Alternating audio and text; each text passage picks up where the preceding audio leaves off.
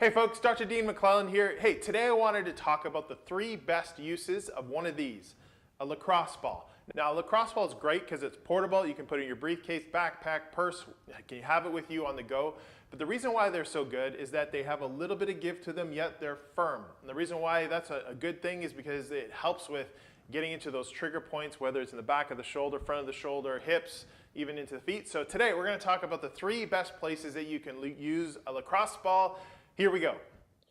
So the first and easiest place to use the lacrosse ball is the back of the shoulder. Here in the back of the shoulder, what we are going to be doing is targeting the rotator cuff, or the back part of the rotator cuff muscles.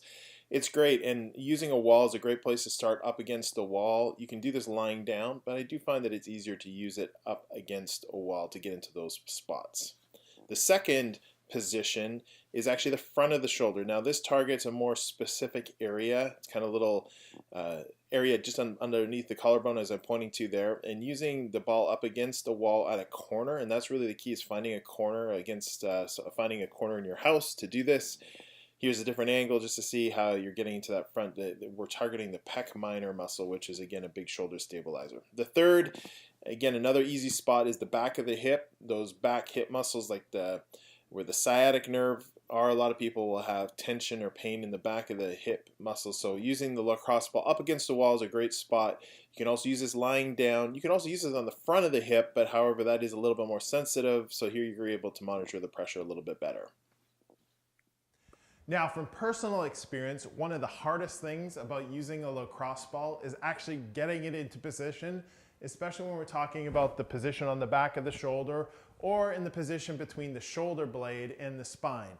So the best hack to get around this is you need a lacrosse ball and one of these, a sock.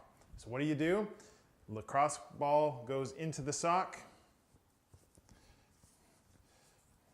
just like so, and voila, throw it over your shoulder, stand up against the wall.